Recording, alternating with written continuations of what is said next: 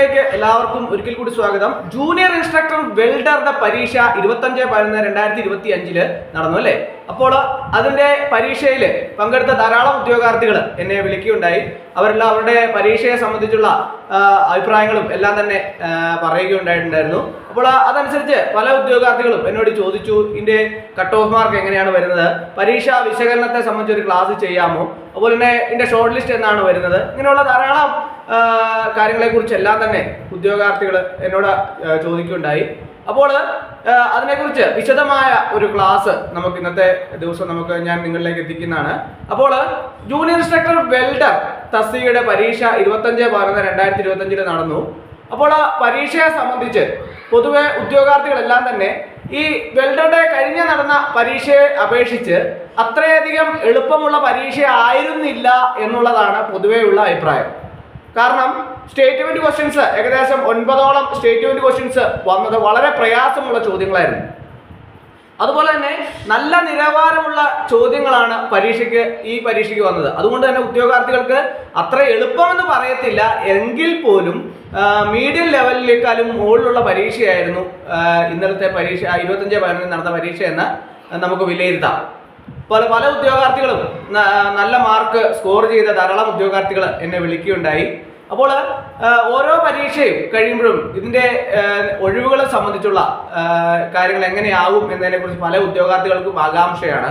അപ്പോൾ ഇതിൽ ഈ പ്രധാനമായിട്ടും നമ്മുടെ ഓരോ തസ്തികയിലേക്കുള്ള പരീക്ഷയുടെ ഇപ്പോൾ ഈ ജൂനിയർ ഇൻസ്ട്രക്ടർ വെൽഡർ ആണെങ്കിൽ പോലും പരമാവധി റാങ്ക് ലിസ്റ്റിന്റെ കാലാവധി എന്ന് പറയുന്നത് 3 വർഷമാണ്. പ്രസ്തുത കാലാവധിക്കുള്ളിൽ വരുന്ന വേക്കൻസികളെല്ലാം തന്നെ ഇതിൽ നിന്ന് ആഡ് ചെയ്യുന്നതാണ്. അപ്പോൾ അതുകൊണ്ട് തന്നെ ഒഴിവുകൾ പിന്നീട് വരുന്ന ഒഴിവുകളൊക്കെ തന്നെ നമുക്ക് ഈ ലിസ്റ്റിൽ നിന്ന് തന്നെ ഉദ്യോഗാർത്ഥികൾ എടുക്കുന്നതുകൊണ്ട് തന്നെ ധാരാളം നിയമനങ്ങൾ, നിങ്ങളുടെ കൂട്ടായ പ്രവർത്തനം ഉണ്ടെങ്കിൽ ധാരാളം നിയമനങ്ങളൊക്കെ നടത്താൻ വളരെയധികം സാധിക്കുന്ന ഒരു തസ്തികയാണ് ജൂനിയർ ഇൻസ്ട്രക്ടർ വെൽഡർ എന്ന് പറയുന്നത്. ഇൻഡസ്ട്രിയൽ ട്രെയിനിങ് ഡിപ്പാർട്ട്മെന്റ് നല്ല മികച്ച ഒരു ഡിപ്പാർട്ട്മെന്റ് ആണ്. അതുകൊണ്ട് തന്നെ നല്ല പ്രൊമോഷൻ സാധ്യതകളൊക്കെ ഉള്ള തസ്തികകളാണ്. അതുപോലെ തന്നെ അതിന്റെ ട്രെയിനിങ് കാര്യങ്ങളൊക്കെ തന്നെ പ്രൊവൈഡ് ചെയ്യുന്ന കേന്ദ്ര സർക്കാരാണ്. അപ്പോൾ അതുകൊണ്ട് തന്നെ നല്ല മികച്ച നിലവാരത്തിലുള്ള ജോലി പ്രദാനം ചെയ്യുന്ന ഒരു ഡിപ്പാർട്ട്മെന്റ് ആണ് ഇൻഡസ്ട്രിയൽ ട്രെയിനിങ് ഡിപ്പാർട്ട്മെന്റ് എന്ന് നമുക്ക് പ്രത്യേകമായിട്ട് എടുത്തു പറയേണ്ട ഒന്നാണ്.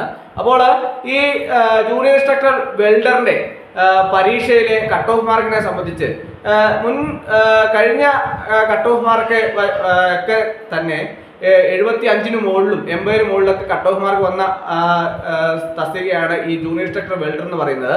അപ്പോൾ ഈ തസ്തികകളിലൊക്കെ തന്നെ ഇപ്രാവശ്യം 70 മുകളിൽ കട്ട് ഓഫ് മാർക്ക് വരാനുള്ള സാധ്യത ഏറെയാണ്. പല ഉദ്യോഗാർത്ഥികളും പറഞ്ഞതിന്റെ അടിസ്ഥാനത്തിലാണ് ഞാൻ ഈ വിലയിരുത്തലും. അതുപോലെ തന്നെ പരീക്ഷയെ സംബന്ധിച്ചിടത്തോളം കുറച്ചുകൂടി കഴിഞ്ഞ പരീക്ഷയിൽ നിന്നും കുറച്ചുകൂടി വ്യത്യസ്തമായിട്ട് കുറച്ചുകൂടി നിലവാരം കൂടുതലുള്ള ഒരു പരീക്ഷയായിരുന്നു ഇന്നത്തെ പരീക്ഷയെന്ന് നമുക്ക് വിലയിരുത്താം. അതുകൊണ്ട് തന്നെ കട്ട് ഓഫ് മാർക്ക് 70 മുകളിൽ വരാനുള്ള സാധ്യതയാണ് ഏറെ. അതുപോലെ തന്നെ അതിന്റെ പ്രൊഫഷണൽ ആൻസർ കീ PSC പ്രസിദ്ധീകരിച്ചിട്ടുണ്ട്. പ്രൊഫഷണൽ ആൻസർ കീ വന്നപ്പോൾ അതിൻ്റെ അത് കുറച്ച് മിസ്റ്റേക്കുകളൊക്കെ തന്നെ PSC പ്രൊഫഷണൽ ആൻസർ കീയിൽ ഉണ്ടായിട്ടുണ്ട്. അതുകൊണ്ട് തന്നെ ആ മിസ്റ്റേക്കുകളൊക്കെ തന്നെ നിങ്ങൾക്ക് ചലഞ്ച് ചെയ്യാവുന്നതാണ്.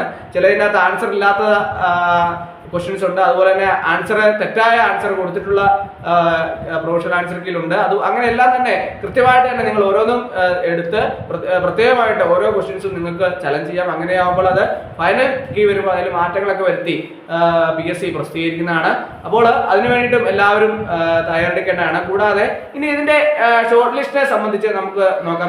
ഇതിന്റെ ഷോർട്ട് ലിസ്റ്റ് എന്ന് പറഞ്ഞാൽ ഇതിന്റെ തുടർ നടപടികളൊക്കെ തന്നെ തൊട്ടടുത്ത ദിവസം തന്നെ ആരംഭിക്കുന്ന ഒരു രീതിയാണ് ഇപ്പോൾ PSC അവലംബിക്കുന്നത്. അതുകൊണ്ട് തന്നെ 120 ദിവസത്തിനുള്ളിൽ ഇതിന്റെ ഷോർട്ട് ലിസ്റ്റും കാര്യങ്ങളൊക്കെ തന്നെ പ്രസിദ്ധീകരിക്കാനുള്ള സാധ്യത ഏറെയാണ്. മറ്റു തടസ്സങ്ങളൊന്നും ഉണ്ടായില്ല എങ്കിൽ 120 ദിവസത്തിനുള്ളിൽ ഷോർട്ട് ലിസ്റ്റും കാര്യങ്ങളൊക്കെ തന്നെ പ്രസിദ്ധീകരിക്കും. ഷോർട്ട് ലിസ്റ്റ് പ്രസിദ്ധീകരിക്കുന്നതിന് മുമ്പായിട്ട് തന്നെ ഉദ്യോഗാർത്ഥികളോട് പ്രസ്തുത ഷോർട്ട് ലിസ്റ്റ് വരാൻ സാധ്യതയുള്ള ഉദ്യോഗാർത്ഥികളോട് സർട്ടിഫിക്കറ്റ് അപ്ലോഡ് ചെയ്യാൻ വേണ്ടിയിട്ട് ആവശ്യപ്പെടാറുണ്ട്. അപ്പോൾ കൃത്യമായിട്ട് നിങ്ങൾ സർട്ടിഫിക്കറ്റുകൾ എല്ലാം തന്നെ നിങ്ങൾ കൃത്യമായിട്ട് അപ്ലോഡ് ചെയ്ത് കൊടുക്കേണ്ടതാണ്.